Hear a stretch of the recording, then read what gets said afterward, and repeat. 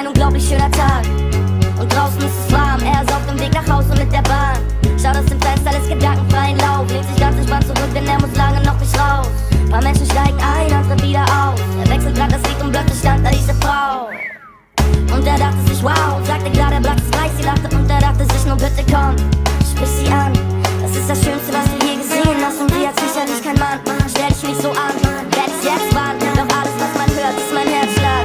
Was soll ich nur sagen, irgendwas knockt mich aus. Ich bin ein Versager, weil ich mich doch nicht trau. Mein Kopf ist voller Wörter, doch es kommt nichts raus. Und sie steht auf, steigt aus und sagt bye, bye, bye, bye, meine Liebe des Lebens. Und ja, wir beide werden uns nie wiedersehen. Kann schon sein, dass man sich im Leben zweimal begegnet. Und was beim zweiten Mal dann einfach zu spät ist.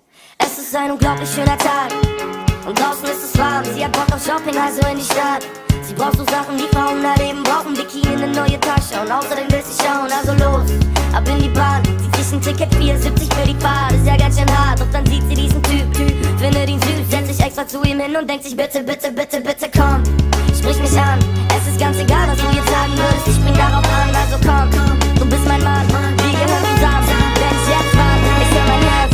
Was soll ich nur sagen, irgendwas knockt mich aus. Ich bin ein Versager, weil ich mich doch nicht trau. Mein Kopf ist voller Wörter, doch es kommt nichts raus. Und sie steht auf, steigt aus und sagt bye, bye, bye, bye, meine Liebe des Lebens.